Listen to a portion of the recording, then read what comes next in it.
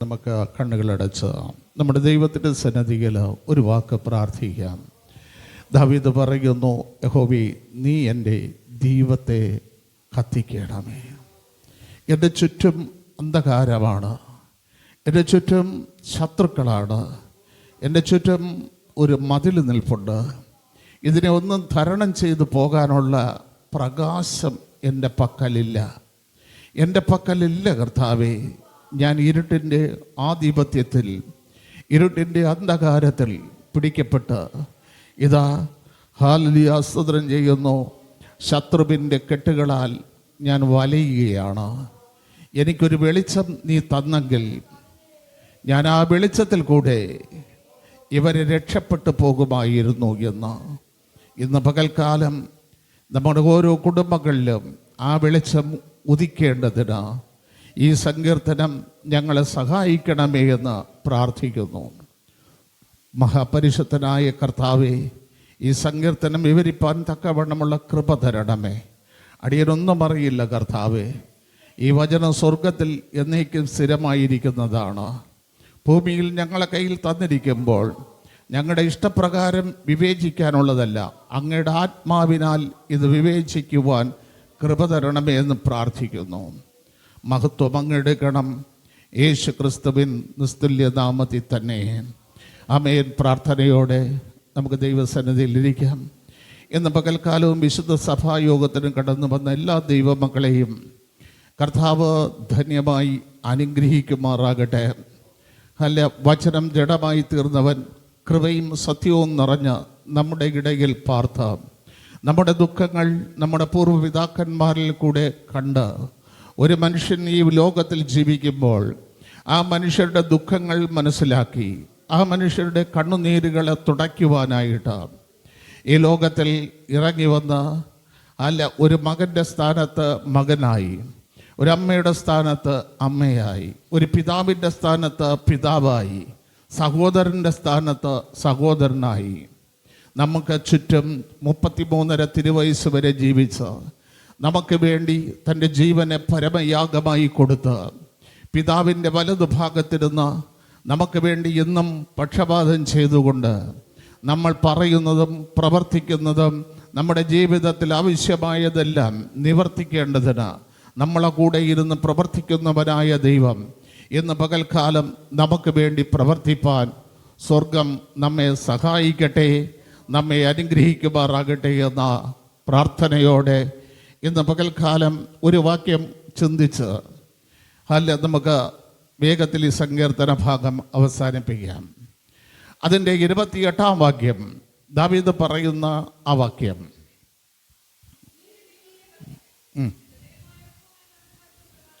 ഇവിടെ ദാവീദ് പറയുകയാണ്, നീ എൻ്റെ ദീപത്തെ കത്തിക്കും, എൻ്റെ അന്ധകാരത്തെ പ്രകാശമാക്കും. നമുക്കറിയാം, ദീപം വിളക്ക് അല്ലെങ്കിൽ വെളിച്ചം. ഈ വെളിച്ചം ദാവീദ് പറയണോ, ദൈവമാണ് എന്നിൽ കത്തിക്കേണ്ടത്, മനുഷ്യൻ എന്നിൽ കത്തിക്കണ്ട. ദൈവമേ നീ കത്തിക്കണം. 2 ശമൂവേലിന്റെ പുസ്തകം 22-ാം അധ്യായം അതിൻ്റെ 29-ാം വാക്യത്തിൽ അല്ല ദാവീദ് പറയുന്ന ഒരു ഭാഗം അവിടെ, യഹോവേ നീ ആണ് എൻ്റെ ദീപം, ദൈവമാണ് എൻ്റെ വെളിച്ചം. ഈ ലോകത്തിൽ ഹല്ലേലൂയ സ്തോത്രം ചെയ്യുന്നു, അന്ധകാരം കൊണ്ട് മൂടപ്പെട്ടിരിക്കുന്ന സ്ഥലം, ഒരു ഹല്ലേലൂയ സ്തോത്രം ചെയ്യുന്നു, ഒരു വിത്ത് വർഗം പൊടിക്കുവാൻ കഴിയാതിരിക്കുന്ന സമയം, അല്ലെങ്കിൽ ഭൂമിയിൽ മനുഷ്യന് പാർക്കുവാൻ കഴിയാതിരിക്കുന്ന സമയം, ദൈവം വെളിച്ചമായിട്ട് ഇറങ്ങി വന്ന് അല്ല ഭൂമിയിലെ ഇരുള് മാറ്റി വെളിച്ചത്തെ നൽകി.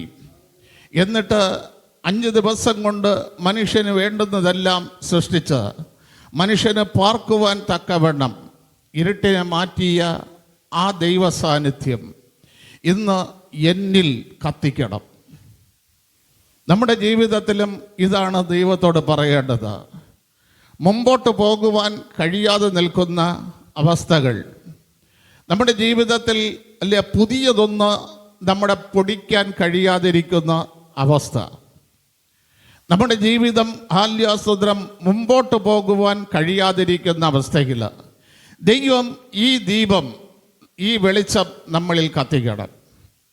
ദാവീദിൻ്റെ മേൽ ഈ വെളിച്ചം കത്തിച്ചപ്പോൾ ദാവീദിൻ്റെ പിൻതലമുറകൾ 20 തലമുറയിൽ ഈ വെളിച്ചം നിലനിന്നു.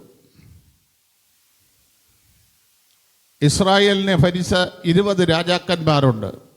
അതിൻ്റെ അവസാനത്തെ യഹൂദ രാജാവായിരിക്കുന്ന ഹിസ്കിയാവ് വരെ 20 രാജാക്കന്മാരിലും ഈ വെളിച്ചം കത്തിയിരുന്നു.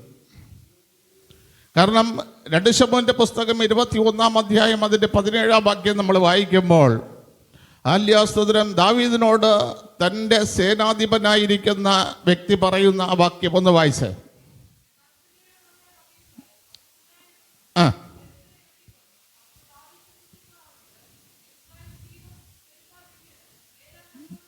അല്ല, ഇസ്രായേലിൻ്റെ ദീപമാണ് നീ. നീ കെട്ടാൽ സകലതും കെട്ടുപോകും. ദൈവം തിരഞ്ഞെടുത്തിരിക്കുന്ന ഈ ദീപം കെട്ടുപോയാൽ ഇസ്രായേൽ മൊത്തം കെട്ടുപോകും, ഇരുട്ടിലായി പോകും. അതുകൊണ്ട് അത് കെട്ടുപോകാതിരിക്കേണ്ടതിന് നീ ഒരിക്കലും ശത്രുവിൻ്റെ ഇടയിൽ ചെന്ന് വീഴരുത്. ശത്രുവിൻ്റെ പാളയത്തിനകത്ത് നീ അകപ്പെട്ടു പോകരുത്. ഹല്ലേലൂയ, സ്തോത്രം. ഈ ദീപം കെട്ടാൽ പ്രിയ ദൈവമക്കളെ, അത് തലമുറയായിട്ട് അന്ധകാരത്തിലേക്ക് പോകും. ഒരു തലമുറയിലല്ല, 2 തലമുറയിലല്ല, 430 വർഷങ്ങൾ ദൈവശബ്ദം കേൾക്കാത്ത ഒരു തലമുറയിലേക്ക് ആ ദീപം കെട്ടുപോയി. അതുകൊണ്ട് ദാവീദ് പറയണ ഈ ദീപം കെടരുത്. കാരണം 1 രാജാക്കന്മാരുടെ പുസ്തകം 15-ാം അധ്യായം 4-ാം വാക്യം വായിക്കുമ്പോൾ, അതൊന്ന് വായിച്ചേ വേഗത്തിൽ. 1 രാജാക്കന്മാരുടെ പുസ്തകം 15-ാം അധ്യായം 4-ാം വാക്യം.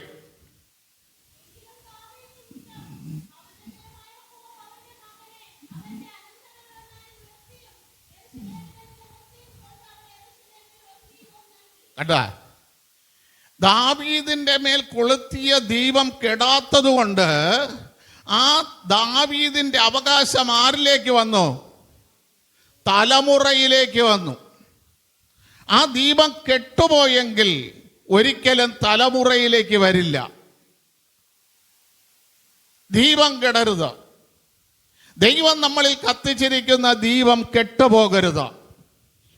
2 രാജാക്കന്മാരുടെ പുസ്തകം 8-ാം അധ്യായം 19-ാം വാക്യം വായിച്ചു.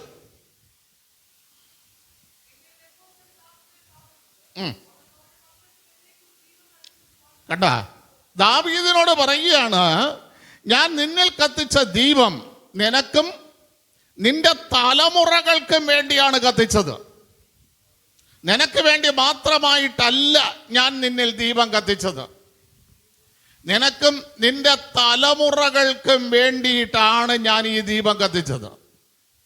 ഇത് ഒരിക്കലും കെട്ടുപോകാൻ ദാവീദേ നിന്റെ പ്രവർത്തികൾ കൊണ്ട് ഇടയാകരുത്. ഇന്ന് പകൽക്കാലം നമ്മളും നമ്മുടെ പ്രവർത്തികൾ കൊണ്ട് ദൈവം കത്തിച്ചിരിക്കുന്ന ദീപം ഒരിക്കലും നമ്മളിൽ കെട്ടുപോകരുത്. കെട്ടുപോയാൽ പ്രിയ ദൈവമക്കളെ, തലമുറയെ ശത്രു കയറി പിടിക്കുക തന്നെ ചെയ്യും. ഹല്ലേലൂയ, സ്തോത്രം. അറിയാമോ, ഹിസ്കിയാവ് ദൈവത്തോട് നിലവിളിച്ചു. ആലയത്തിൽ ചെന്ന് നിലവിളിച്ചു, ബെൻഖരിത്ത, അതായത് അശൂർ രാജാവ് എൻ്റെ നേരെ പാളയം ഇറങ്ങിയിരിക്കുന്നു, എനിക്ക് ഒരു വിടുതൽ കിട്ടണം. സ്തോത്രം. കഷ്ടവും സങ്കടവും നിന്നയും പരിഹാസവുമുള്ള ദിനമിത്. കുഞ്ഞുങ്ങൾ ജനിപ്പാറായിരിക്കുന്നു, പ്രസവിപ്പാനോ ശക്തിയില്ല എന്ന് പറഞ്ഞ ആലയത്തിനകത്ത് ഇരുന്ന് ഹിസ്കിയാവ് നിലപാട് വീഴുമ്പോൾ ദൈവം പറഞ്ഞ ഒരു ദൂതുണ്ട്, ഹിസ്കിയാവേ, നിന്റെ സ്വഭാവ ഗുണം കൊണ്ട് നിന്നെ ഞാൻ രക്ഷിക്കില്ല, നിന്റെ പ്രവൃത്തി കൊണ്ട് ഞാൻ നിന്നെ രക്ഷിക്കില്ല. പിന്നെയോ, യെശയ്യാ പ്രവാചകന്റെ പുസ്തകം 37-ാം അധ്യായം അതിന്റെ 33-ാം വാക്യം ഒന്ന് വായിച്ചോ. യെശയ്യാ 37:33.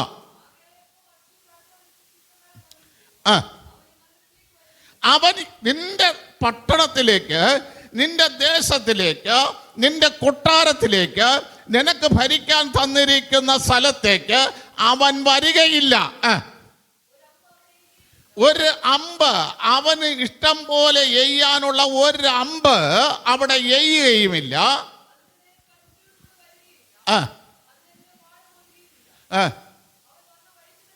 അവൻ വന്ന വഴിക്ക് തന്നെ മടങ്ങിപ്പോകും.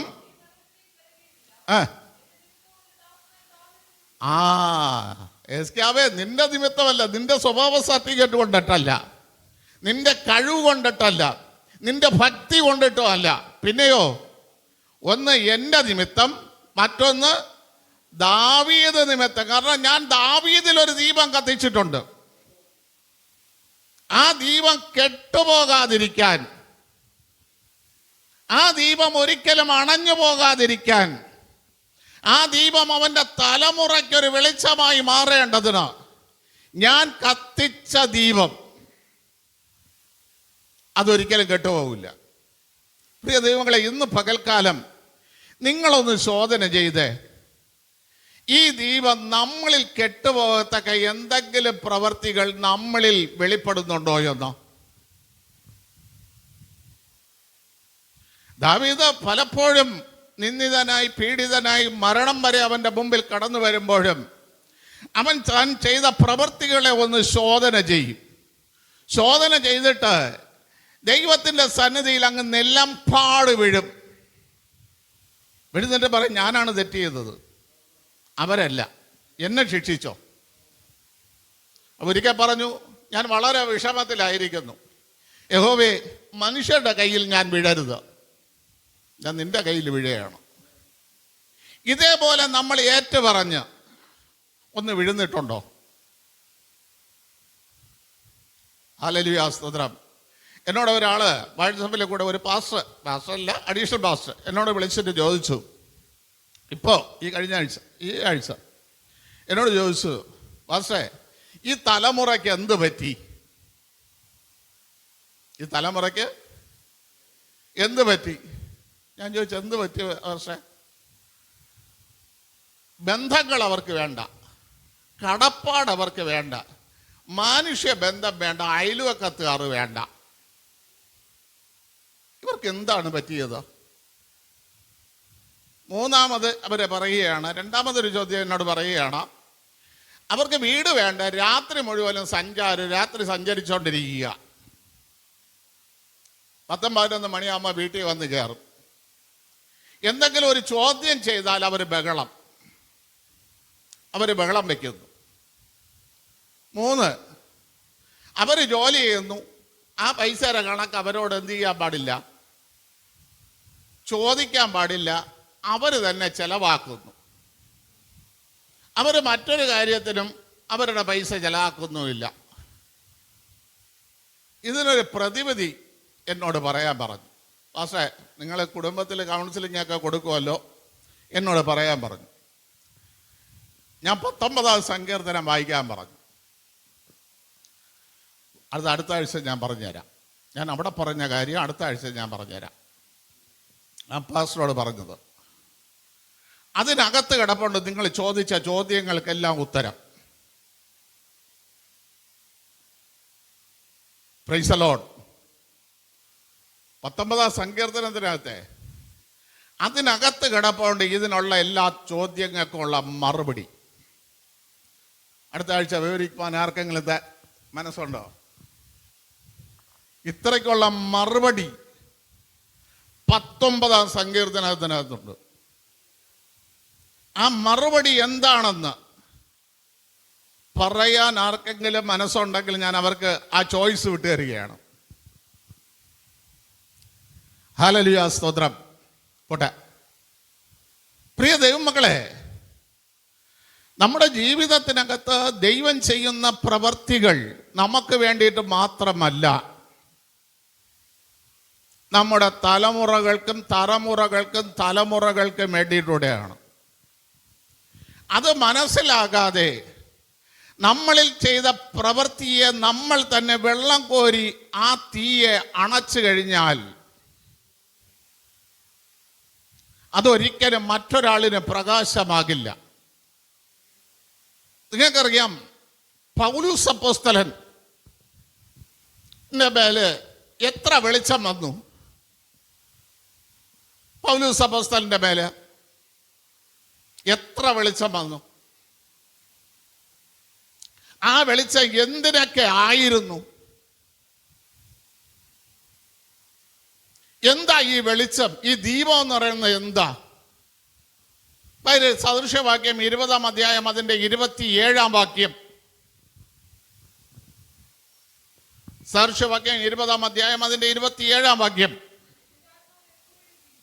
അപ്പൊ എന്താണ് ഈ ദീപം? എന്താണ്? മനുഷ്യന്റെ ആത്മാവാണ് ഈ ദീപം. ഈ ദീപത്തെക്കുറിച്ച് പൗലോസ് അപ്പോസ്തലൻ 1 കൊരിന്ത്യർ ലേഖനം 2-ാം അധ്യായം അതിന്റെ 10-ാം വാക്യം വായിച്ചോ.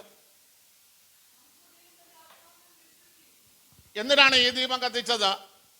ചിലതെല്ലാം വെളിപ്പെടാൻ, നമ്മൾ പോലും അറിയാത്ത ചില വിഷയങ്ങൾ നമ്മളിൽ അത് വെളിപ്പെട്ട് വരണം. ആ ആത്മാവ് കൊണ്ട് നമ്മൾ അതിനെ വിവേചിച്ച് നമ്മളിൽ വെളിപ്പെട്ടിരിക്കുന്ന കാര്യം എന്താണെന്ന് നമ്മൾ എന്ത് ചെയ്യണം? ആരാഞ്ഞറിയണം. എന്തിനു വേണ്ടിയാണ് ഇത് ഈ ദീപം നമ്മളിൽ കത്തിച്ചത് എന്ന് നമ്മൾ ആരാഞ്ഞറിയണം. നിങ്ങൾ മനസ്സിലായോ?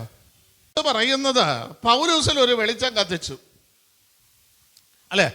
പ്രവൃത്തിയുടെ പുസ്തകം 9-ാം അധ്യായം അതിൻ്റെ 3-ാം വാക്യത്തിൽ പൗലോസിന്റെ കയ്യിൽ അധികാരപത്രവുമായിട്ട് പൗലോസ് നടന്നു വരുന്ന സമയം, ഹല്ലേലൂയ, സ്തോത്രം, വായിച്ചോ. അവൻ പ്രയാണം ചെയ്ത് ദമസ്കസിൽ സമീപിച്ചപ്പോൾ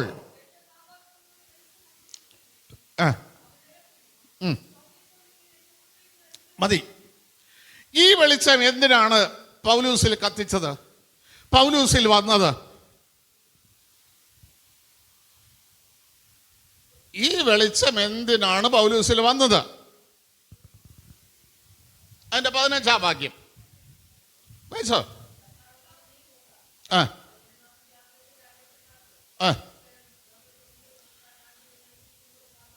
അപ്പൊ ഈ വെളിച്ചം എന്തിനാണ്? വാക്കുകളുടെ അർത്ഥത്തിൽ പറ. വഹിക്കുക, നമ്മളെ കൊണ്ട് ചുമക്കാൻ കഴിയാത്ത ഭാരം ചുമക്കാൻ വേണ്ടി നമ്മളെ തെരഞ്ഞെടുത്തു. മനസ്സിലായ? അപ്പൊ ഈ വെളിച്ചം അദ്ദേഹത്തിന് നമ്മളെ കൊണ്ട് ചുമക്കാൻ കഴിയാത്ത ഭാരം നമ്മൾ ചുമക്കേണ്ടതിന് പൗലൂസിനെ ദൈവം തെരഞ്ഞ്, നമ്മളെയും അത് തന്നെയാണ് ചെയ്തത്. നമുക്ക് ചിലപ്പോൾ ചുമക്കാൻ എന്തില്ല. അതാണ് മോശ പറഞ്ഞത്. മോശയുടെ അടുത്ത് ജനം പറഞ്ഞു, ഞങ്ങൾക്ക് അപ്പം വേണം, ഇറച്ചി വേണം. മോശ ദൈവത്തോട് പറയാണ്, ഇതെനിക്ക് വഹിക്കാൻ കഴിയാത്ത ഭാരമാണ്, അധിക ഭാരമാണ്. ഈ ജനമെല്ലാം വന്ന് എന്നോട് എന്ത് ചെയ്തുകൊണ്ടിരിക്കണം? ചോദിച്ചുകൊണ്ടിരിക്കണം. ഇതിനേക്കാൾ നീ എന്നെ കൊന്നു കളഞ്ഞാൽ. പ്രിയ ദൈവമക്കളെ, ഇതിൽ നിന്ന് രക്ഷപ്പെടണമെങ്കിൽ അടുത്തൊരു വെളിച്ചം നമ്മളിലേക്ക് വരണം. ഇത് കത്തിച്ച തിരിയിലിരിക്കുകയാണ് ഇപ്പോഴും. എവിടെ ഇരിക്കണം? എവിടെ ഇരിക്കണം? ദൈവം എന്ന് കത്തിച്ചോ ആ വെളിച്ചത്തിൽ തന്നെ ഇന്നും. അതുകൊണ്ട് ഭാരം മാറുന്നില്ല. വഹിക്കാൻ കഴിയാത്ത ഭാരങ്ങൾ ചുമന്ന് ചുമന്ന് നടക്കുന്നു. രണ്ടാമത് പൗലൂസ് അപ്പോസ്തലനിൽ കത്തിച്ച ഒരു വെളിച്ചമുണ്ട്. വായിച്ചോ, 22-ാം അധ്യായം 6-ഉം 7-ഉം വാക്യം.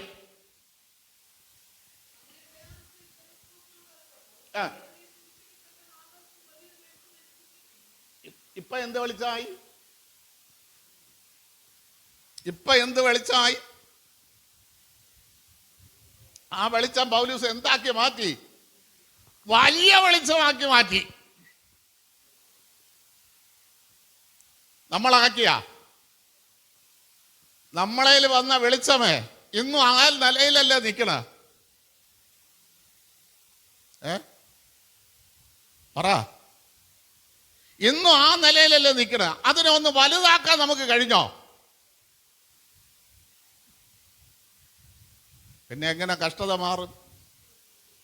പിന്നെ എങ്ങനെ വേദന മാറും? പിന്നെ എങ്ങനെ കണ്ണുനീര് മാറും? പറ. ഹല്ലേലൂയ, സ്തോത്രം. ഈ വെളിച്ചം വന്നപ്പോൾ ഹല്ലേലൂയ, സ്തോത്രം ചെയ്യുന്നു. അതിന്റെ 13 14 വാക്യമായിര്.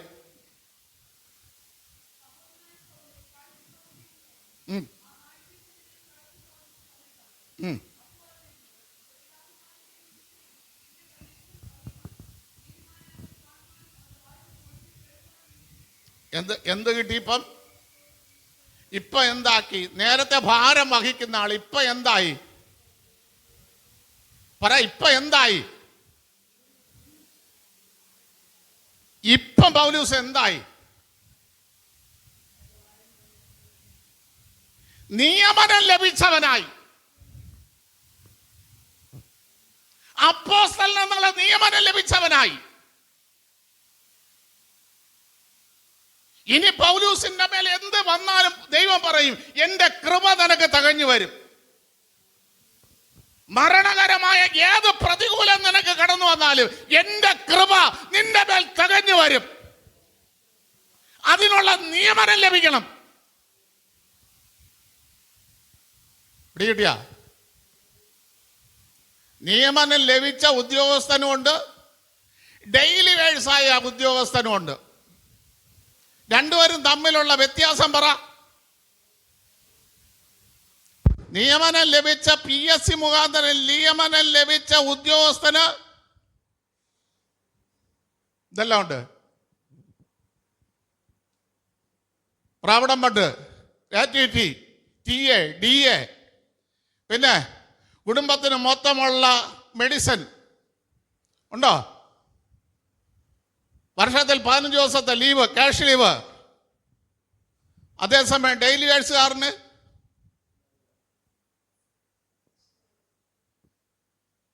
എന്തെങ്കിലും ഉണ്ടോ? 56 വയസ്സ് കഴിയുമ്പോൾ പെൻഷൻ. ഡെയിലി വേഴ്സുകാരൻ 60 വയസ്സ് കഴിഞ്ഞാലും ഉണ്ടോ? പൗലോസിന് നിയമനം ലഭിച്ചു.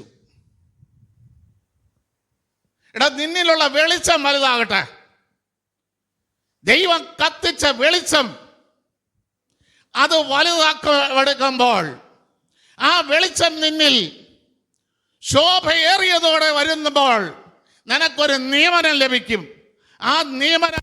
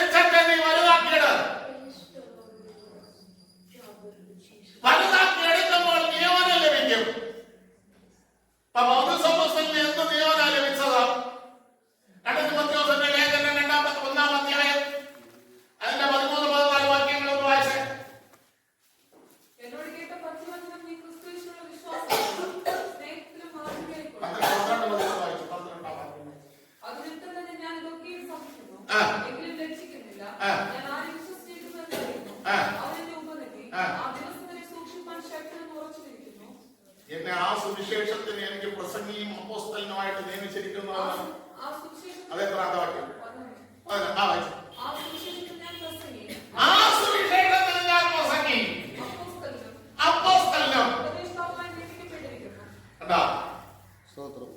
അല്ലാതെ പ്രകാശം വലുതാക്കാത്തവന്മാർ ഇറങ്ങും ഉപദേശം പറയാൻ. ഉപദേഷ്ടാവായിട്ട് ഇറങ്ങും, പ്രകാശം വലുതാക്കിയിട്ട് ഇറങ്ങും. അത് PhD പഠിച്ചത് കിട്ടില്ല, BTH, ATH, MGH എന്നൊക്കെ പഠിച്ചത് പറഞ്ഞ് കിട്ടൂല. അത് വെയിലേന്ന് കിട്ടണം, അത് വെയിലേന്ന് പ്രാപിക്കണം, പ്രാപിച്ചിട്ട് ഇറങ്ങണം.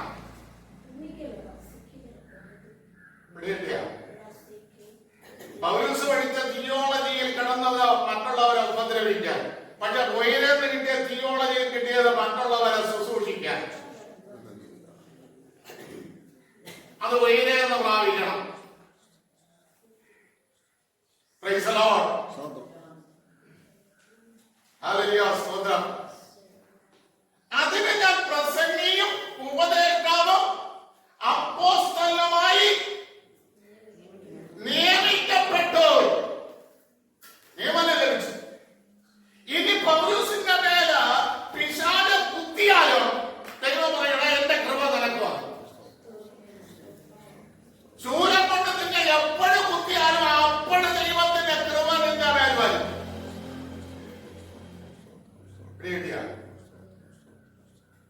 Praise the Lord. Hallelujah. എപ്പോഴും കുത്തിയാലും അപ്പോഴും ദൈവത്തിന്റെ കൃപ ഇറങ്ങി വരും,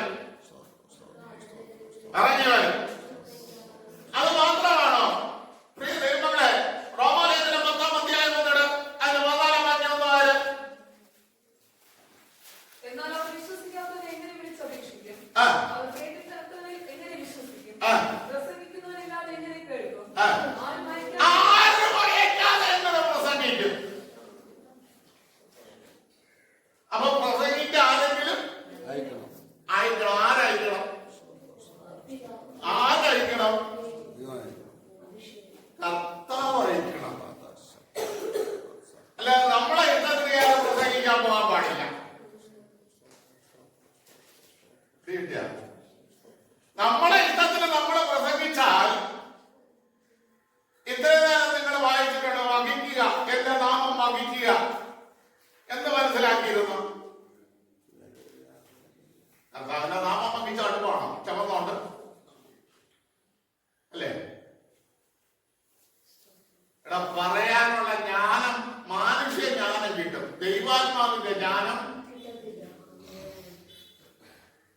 ദൈവ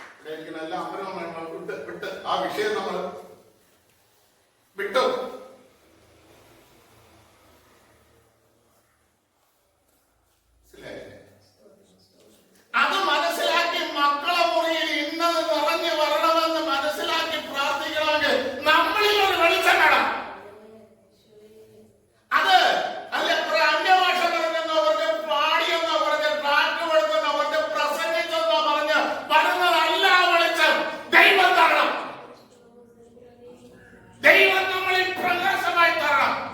അങ്ങനെ പ്രകാശമായി തരണമെങ്കിൽ നമ്മൾ ദൈവത്തിന്റെ പാതപെടുത്തിരിക്കണം. നിന്നിലൊരു വെളിച്ചം പിടിച്ചിട്ടുണ്ടെങ്കിൽ നീ ആ വീടിന്റെ ഗ്രഹവിചാരകനാണ്. നീ സഭയുടെ ഗ്രഹവിചാരകനാണ്. ദൈവം നിന്നിൽ നിന്ന് ആഗ്രഹിക്കുന്ന ഒരു കാര്യമുണ്ട്. അതെന്താണ്? വിശ്വസ്തനായിരിക്കണം.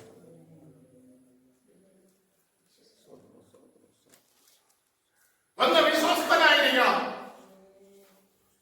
വിശ്വസ്തതയുണ്ടെങ്കിൽ ഈ വെളിച്ചം ബാക്കി. വിശ്വസ്തത ഇല്ലെങ്കിൽ ഈ വെളിച്ചം മങ്ങി മങ്ങി കരിന്തിരിയായി മാറും. യോശുവയെ കുറിച്ച് പറയുന്നു, ഞാൻ ഇവനെ വലിച്ചെടുത്ത ഒരു കൊള്ളി, ഇവനെ കൊള്ളി കൊള്ളി കൊള്ളി ആർക്കോ ആഹാരത്തിന് വേണ്ടി ആരുടെ കലത്തിനെ ചൂടാക്കി തിളപ്പിച്ച് അരിയെ വേവിച്ച് തീർക്കുന്ന ഒരു അവിടെ ഇരുന്ന് അത് ചാമ്പലായി പോകേണ്ട കൊള്ളിയെ എന്റെ ദൈവം വലിച്ചെടുത്ത് അതിനെ എന്താക്കി മാറ്റി? കരിക്കട്ടയാക്കി മാറ്റി. ആ കരിക്കട്ട ഇപ്പൊ ഏതിലൊക്കെ വിടും? ആ കരിക്കട്ട വീഴുന്ന സ്ഥലങ്ങളെന്ന് പറ.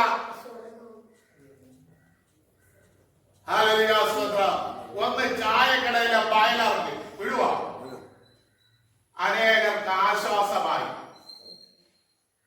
രണ്ട്, ഇസ്തിരിപ്പെട്ടി തേക്ക, പഴയ ഇസ്തിരിപ്പെട്ടി തേക്കണ ഇസ്തിരിപ്പെട്ടിക്കകത്ത് തീക്കനലായി അത് മാറും. അനേകരുടെ വസ്ത്രത്തെ നേരെയാക്കുന്നതായിട്ട്. മൂന്ന്, സ്വർണത്തെ ഒരുക്കുന്നിടത്ത്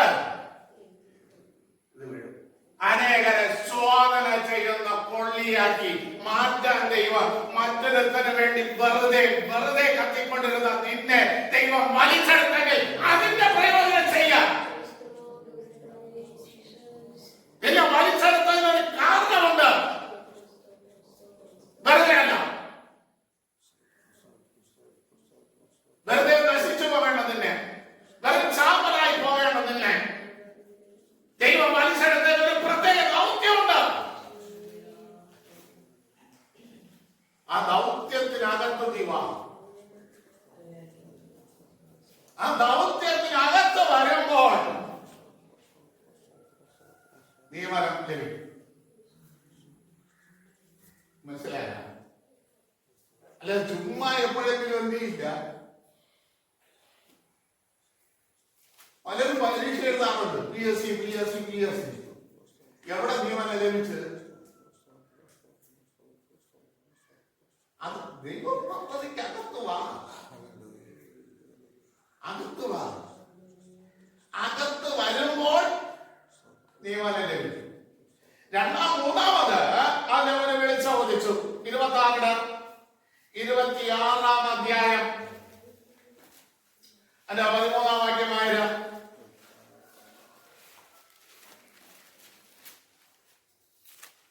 വേഗത്തിൽ സമയം.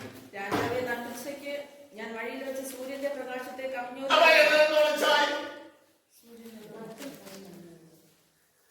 കത്തി ജ്വലിച്ചുകൊണ്ടിരിക്കുന്ന സൂര്യന്റെ വെളിച്ചത്തേക്കാൾ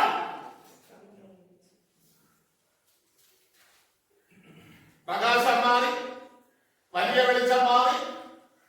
ഇപ്പൊ എന്ത് വന്നു? നട്ടുച്ചയ്ക്ക് സൂര്യന്റെ വെളിച്ചത്തേക്കാൾ കവിയുന്ന വെളിച്ചം. അപ്പൊ പൗലോസിന് ഇപ്പൊ കിട്ടിയ കൃപ എന്താണ്? സൂര്യനെ എന്തിനു വെച്ചു? സൂര്യനെ എന്തിനു വെച്ചു? 31-14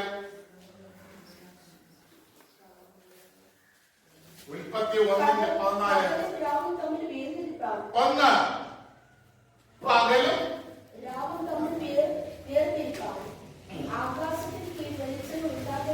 അപ്പൊ ഇന്ന് വരെ വേർതിരിച്ചിട്ടുണ്ടോ? ഇന്ന് വരെ വേർതിരിച്ചിട്ടുണ്ടോ? ഇന്നും കിടക്കയല്ലേ ഇരുളിന്റെ കൂട്ടത്തിൽ? ഉണ്ടാ? ഇവിടെ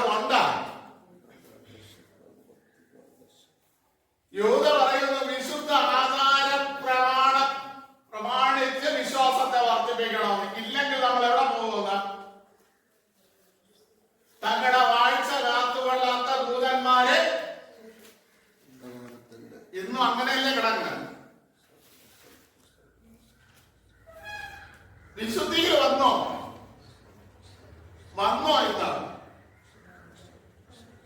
ഇന്ന് ജാതികളുടെ ഇടയിൽ കിടന്ന് കുഴഞ്ഞു കിടക്കും പോലെയല്ലേ കിടക്കണം. ഇരുളും വെളിച്ചവും തമ്മിൽ വേർതിരിഞ്ഞിട്ടുണ്ടോ? ഉണ്ടാ? ഒന്നും മിണ്ടല്ലേ. അത് 2-3 ദിവസം കൂടെ മുഴുവൻ കിടന്നെങ്കിൽ ഒന്നുമില്ലായിരുന്നു. ഇതൊന്നും നമ്മൾ എന്ത് ചെയ്യണ്ട, കേൾക്കണ്ടായിരുന്നു. എടാ, ഈ വലിയ വെളിച്ചം വേണമെന്നുണ്ടെങ്കിൽ ആദ്യം ഇരുളും തമ്മിൽ വേർതിരിയണം. ഇതാ തനിച്ച വാർത്തുന്ന ഒരു കൂട്ടം ജനം ജാതികളുടെ കൂട്ടത്തിൽ എണ്ണപ്പെട്ടിട്ടില്ല. അതാകണം ഈ വലിയ വെളിച്ചം പറഞ്ഞാൽ. അപ്പോൾ ദൈവം കാലങ്ങളെയും മാസങ്ങളെയും ദിവസങ്ങളെയും അടയാളങ്ങളെയും അതിനപ്പുറമാകുന്ന ഒരു കഴിവ് നമുക്ക് തരും. പറയുന്നില്ല കാലങ്ങൾ, ഇന്നകാലം, സൂര്യമാനസകാലം, പുലിക്കർണം, സിംഹക്കർണം, ഇതൊക്കെ പഠിച്ചിട്ടുണ്ടോ? പഞ്ചായത്തുകളിലൊന്നും ഇല്ല. അതിന്റെ കുഴപ്പമോ പഠിക്കണമല്ല. സിംഹക്കർണം എന്ന് പറഞ്ഞിട്ട് ഒരു കരണം പഞ്ചായത്തിലുണ്ട്. 12 മണിക്ക് ഉച്ചയ്ക്ക് 12 മണിക്ക് 1 മിനിറ്റ് കിടക്കോട്ട് നീ എന്തെങ്കിലും വിതച്ചുവാക്ക്, അത് നീ ആഗ്രഹിക്കുന്ന സാധനം അതിൽ കൂടെ കിട്ടും. ഇത് സിംഹക്കർണം എന്ന് പറഞ്ഞ പഞ്ചായത്തിലുള്ളതാണ്. ഇതിനെ വെല്ലുന്ന ഒരു കരണം നിനക്ക് വരും എന്റെ ദൈവത്തിൽ നിന്ന്. അത് അത്രയും നേരം കാത്തിരിക്കേണ്ട. 12-ന് 1 മിനിറ്റ് കിടക്കുന്നവരെ കാത്തിരിക്കണം. നിന്റെ ഹൃദയത്തിലെ ആഗ്രഹം നീ അപ്പോഴും ദൈവസന്നിധിയിൽ അർപ്പിക്കുന്ന അപ്പോഴും നിനക്ക് ലഭിക്കും. മനസ്സിലായോ? അപ്പോഴും നിനക്ക് ലഭിക്കുന്ന ഒരു അനുഗ്രഹം തരണമെങ്കിൽ ഈ സൂര്യനേക്കാൾ വലിയൊരു വെളിച്ചത്തിലേക്ക് നീ വരണം. ഇത് നീ കെട്ടുപോകരുത്. ഇത് നിന്നിൽ നഷ്ടപ്പെട്ടു പോകരുത്.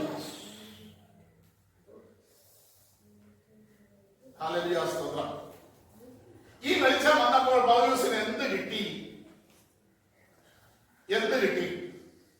അതിന്റെ 16 ഒന്ന് വായിച്ചേ.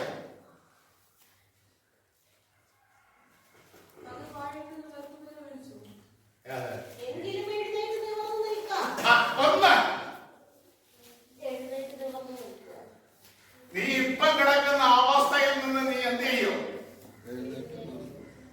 എഴുന്നേറ്റിരിക്കും. ചിലരൊക്കെ പറയും ഇപ്പൊ ചത്തു കാത്തിരിക്കാണ് പെട്ടി മാറ്റി മണ്ണിടാൻ. മനസ്സിലായില്ലേ? അവരുടെ മുമ്പിൽ എന്ത് ചെയ്യും? നമ്മള് എഴുന്നേറ്റ് നിവർന്നങ്ങ് നിൽക്കും. അവര് വാങ്ങ പെട്ടിയും വേസ്റ്റ്, അവര് വാങ്ങ തുണിയും വേസ്റ്റ്, അവര് വെട്ടാൻ വെച്ച കലം ഏത് ഭാഗത്ത് വെട്ടണമെന്ന് ചിന്തിച്ച ആ സ്ഥലവും വേസ്റ്റ്.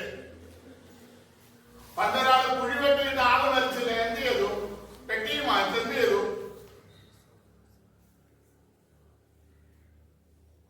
വെറും പെട്ടി അടക്കാൻ പറ്റുമോ? പെട്ടിയെ തിരിച്ചു കൊണ്ടു കൊടുക്കാൻ പറ്റുമോ? ഇത് ഒന്നും അറിഞ്ഞൂടാത്തവരെ പലരും എന്നെ കാലം പ്രായം കൂടിയവർ ആ വീട്ടിൽ നിന്ന് കാളകത്തിനെ തല്ലി കൊന്ന് എന്ത് ചെയ്തു? പെട്ടിക്കാനത്ത് വെച്ച് അടക്കി. അപ്പൊ ആർക്ക് നഷ്ടം? പെട്ടി മാത്രമാണ് നഷ്ടം. പക്ഷെ നീ എന്ത് ചെയ്യും? എവിടേക്ക് ദൈവാർത്ഥം നീക്കും. മനസ്സിലായ? അതിനാ വലിയ വെളിച്ചത്തിൽ സൂര്യനേക്കാൾ വലിയ വെളിച്ചം കവിഞ്ഞ വെളിച്ചത്തിലേക്ക് വരണം. അടുത്ത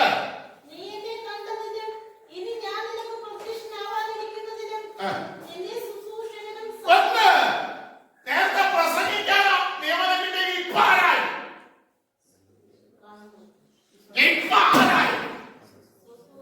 ശുശ്രൂഷകരായി. അപ്പൊ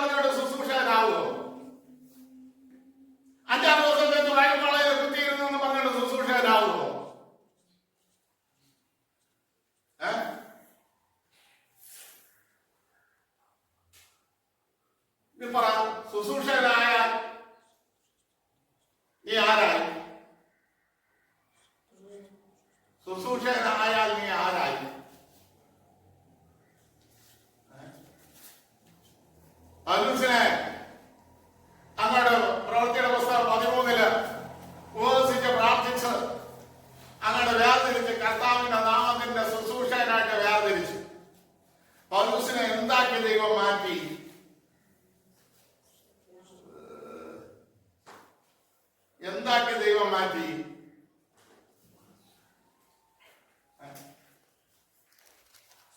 മോശയെ ഫറവോന്റെ എന്താക്കി മാറ്റി?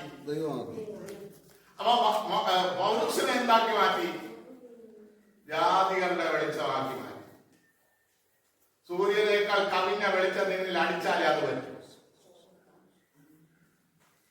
അല്ലാതെ ഇതുപോലെ വെളിച്ചം കൊണ്ട് വയ്യ ഞാൻ എങ്ങനെ ഇവനെ വഴി നടത്തും, ഞാൻ വഴി നടത്തോ ഇവൻ പോവോ? ഇതുപോലെ വെളിച്ചം കൊണ്ട് പോയാലേ ഇവനെയും കൊണ്ട് പോകട്ടെ, ഞാൻ ഇവനെ വിടും. കുരുടന് വഴി കാട്ടിയതുപോലെ ഇരിക്കും. ജാതികളുടെ വെളിച്ചമാക്കി പൗലോസിനെ മാറ്റിയപ്പോ പൗലോസിന്റെ ആരുണ്ട്? എല്ലാം കയറി കർത്താവിനെ കയറി പിടിക്കാൻ.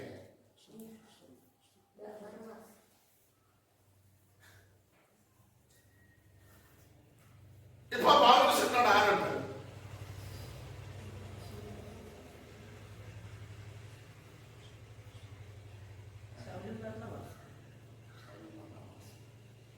വയറ് 48 വയറ് 13:48 വയറ്.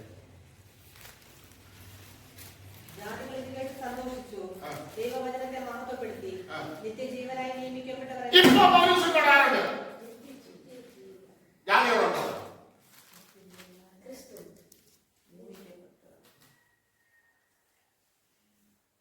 നിത്യജീവനായി നിയമിക്കപ്പെട്ടവർ പൗലോസിന്റെ അടക്കാണ്, അല്ലാത്തവര് ഇല്ല.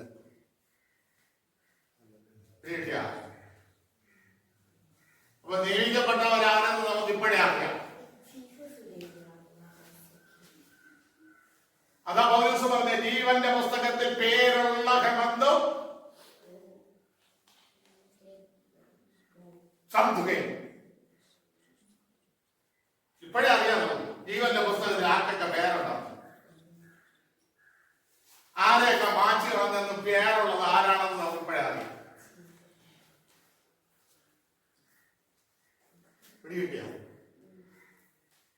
അതിന് മരിച്ചു കഴിഞ്ഞിട്ട് വേണ്ട ജീവന്റെ പുസ്തകം, സ്വർണ്ണ പുസ്തകം, പിന്നെ ദിനവൃത്താന്ത പുസ്തകം, ഈ 5 പുസ്തകങ്ങൾ 10 ന്യായവിധി വേദപുസ്തകത്തിലുണ്ട്. ഇത് നോക്കിയിട്ട് നമ്മൾ പറയണ്ട, അവരുടെ പ്രവൃത്തികൾ കണ്ട് നമുക്ക് ഇപ്പോഴേ ആരുടെയൊക്കെ പേരുണ്ടെന്ന്. ഇനി അടുത്ത 50-ാം വാക്യമായത്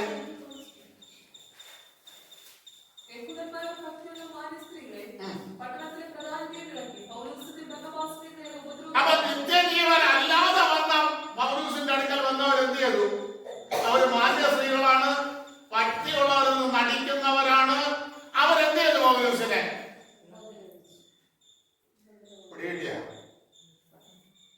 വലിയ വെളിച്ചം വന്ന നിനക്ക് തിരിച്ചറിയാൻ കഴിയും ആരാണ് ഉപദ്രവിക്കുന്നത്, ആരാണ് കൂടെ ഉള്ളതെന്ന് അറിയാൻ പറ്റുമോ? പറ്റുമോ? അറിയാൻ പറ്റുമോ? നിന്നെ ഉപദ്രവിക്കുന്നത് ആര്, നിന്റെ കൂടെ നിൽക്കുന്നത് ആരെന്ന് വലിയ വെളിച്ചം വന്നാൽ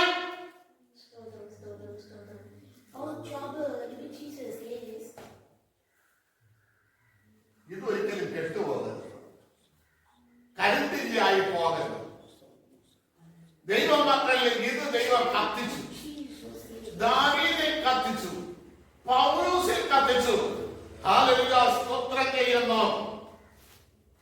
ഇത് വെറുതെ അല്ല കത്തിച്ചു. യെശയ്യാപ്രവചനം 60-ാം അധ്യായം 1-2 വാക്യങ്ങൾ ഒന്ന് വേഗത്തിൽ വായിച്ചു.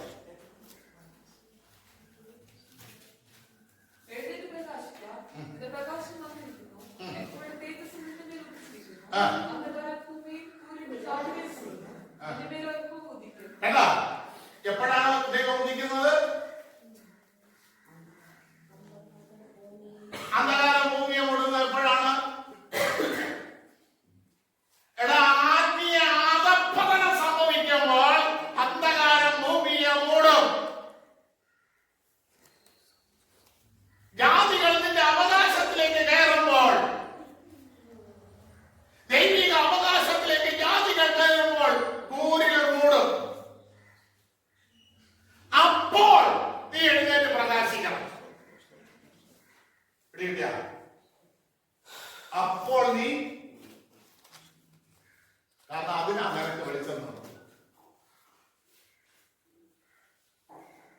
അല്ലാതെ നമുക്ക് അനുകൂലമായ സമയത്ത് ഒരിക്കലും ഒരു രാജാവ് ഒരു കൃഷിക്കാരനെ പിടിച്ച് തടവിലാണ്. അപ്പൊ രാജാവ് തടവിന്റെ പുറത്തെ കൂടെ ഇങ്ങനെ നടന്നു പോവുകയാണ്. പെരും മഴ. ആ മഴയത്ത് അയാള് തടവിൽ കിടന്നുകൊണ്ട് അയാൾ പറഞ്ഞു, ഓ ഇപ്പം വയലിൽ വിത്ത് വിതയ്ക്കാൻ പറ്റിയ സമയം കാലമടിച്ചിട്ട് ഒരു വീശിന് എത്ര വിത്ത് വയലിൽ കൃഷി ചെയ്തിട്ടുണ്ടെങ്കിൽ പറ, നെല്ലിന് വിതച്ചിട്ടുണ്ടെങ്കിൽ പറ, ദാഹം അടിച്ചിട്ട് നെല്ല് വയലിൽ വിത്ത് വിതറിങ്ങനെ വീശി എറിഞ്ഞിട്ടുണ്ടെങ്കിൽ പറ, ഒരു വീശിന് എത്ര വിത്ത്? 7 വിത്ത്. എത്ര ഒരു പിടി വിത്ത് ഇരിക്കട്ടെ, പക്ഷെ എറിയുമ്പോ എത്ര വീഴുള്ളൂ? 7 വീഴുള്ളൂ, ബാക്കി വീഴില്ല. ബാക്കി കഴിക്കാത്തന്നെ ഇരിക്കും. അതൊരു നിശ്ചയമാണ്. ഞാൻ പറഞ്ഞു, ഒരു വീശിന് 7 വിത്ത് വെച്ച് വിതയ്ക്കേണ്ട സമയം രാജാവ് ബന്ധപ്പെട്ടു. ഇടാ അങ്ങനെ ഒരു വീശിന് 7 വിത്ത് വീഴുള്ളൂ. അവനെ വിളിച്ചു, അത്ര വീഴുള്ളൂ. ഓ നീ എത്ര വിത്ത് വാരും? ഞാൻ ഒരു പിടി വാരും. ഇതിൽ നിന്ന് 7 വീഴുള്ളൂ. 7 വീഴുള്ളൂ. എന്താ വിതയടാ? കൊല്ലം വിധിച്ചിട്ടിരിക്കുകയാണ്. 7 ഒന്നും ചെയ്തില്ല. ഇവൻ രാജ്യത്തിന് ആവശ്യമുള്ളതാണ്. ഇവനെ വെറുതെ നീ വിതയ്ക്കുന്ന സമയം നിന്നിൽ പ്രകാശം ഉദിച്ചാൽ നിന്നെ മരണത്തിൽ നിന്ന് വെറുതെ വിടാൻ, നിന്റെ കഴുത്തിനെ ആരാചാരുടെ മുമ്പിൽ നിന്ന് അതിന്റെ കഴുത്തിനെ വേർപെടുത്തി എടുക്കാൻ നീ വന്ന് പ്രകാശിച്ചാൽ, നീ പ്രകാശിച്ചാൽ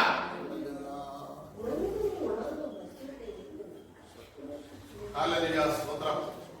എന്റെ 10 മാർക്കും കൂടെ വായ 10 11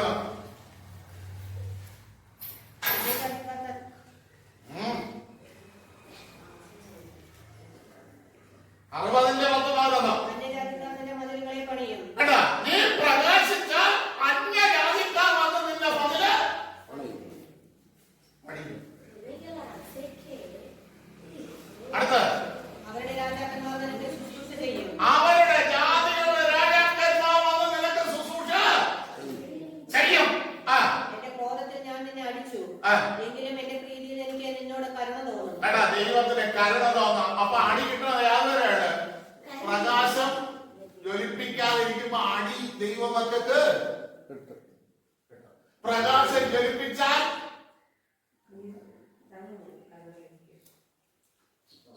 അടി ഒഴിവാകും. അപ്പൊ ഇപ്പൊ വാങ്ങിക്കുന്ന അടിക്കുമല്ല കണക്ക് മനസ്സിലായ? അപ്പൊ വാങ്ങിക്കുന്ന അടിക്ക് പിടിക്കില്ല. അടുത്ത് വാങ്ങിയേ ജാതികളുടെ സമ്പത്തിനെയും യാത്രാ സംഘത്തിൽ അവരുടെ രാജാക്കന്മാരെയും നിന്റെ അടുക്കൽ കൊണ്ടുവരേണ്ടതിന് നിന്റെ വാതിലുകൾ രാമപകലും അറിയാത്ത നന്മ നിന്റെ വീട്ടിനകത്ത് വന്നുകൊണ്ടേ, നീ അറിയാത്ത നന്മ നിന്റെ വീട്ടിനകത്ത് വരും. അത് മാത്രമാണ് 61ന്റെ 6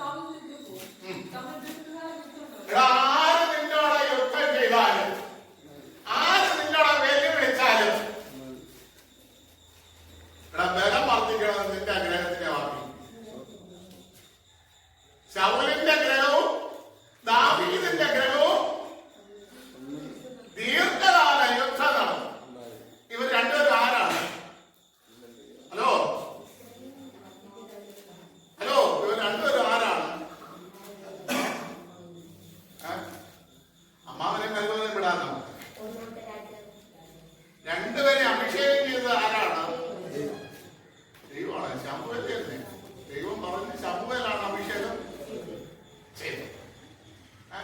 രണ്ടുപേർക്ക് എന്ത് കൊടുത്തു? ആത്മാവിനെ കൊടുത്തു.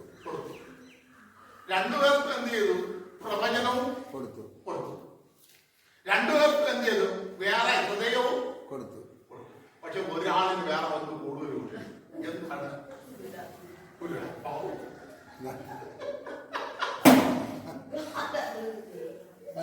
മനസ്സിലായില്ലേ? ഒന്ന് കൂടുതൽ കിട്ടിയിട്ടാണെങ്കിൽ മനസ്സിലായിക്കോട്ടെ, വേറെ കൂടെ വന്നത്.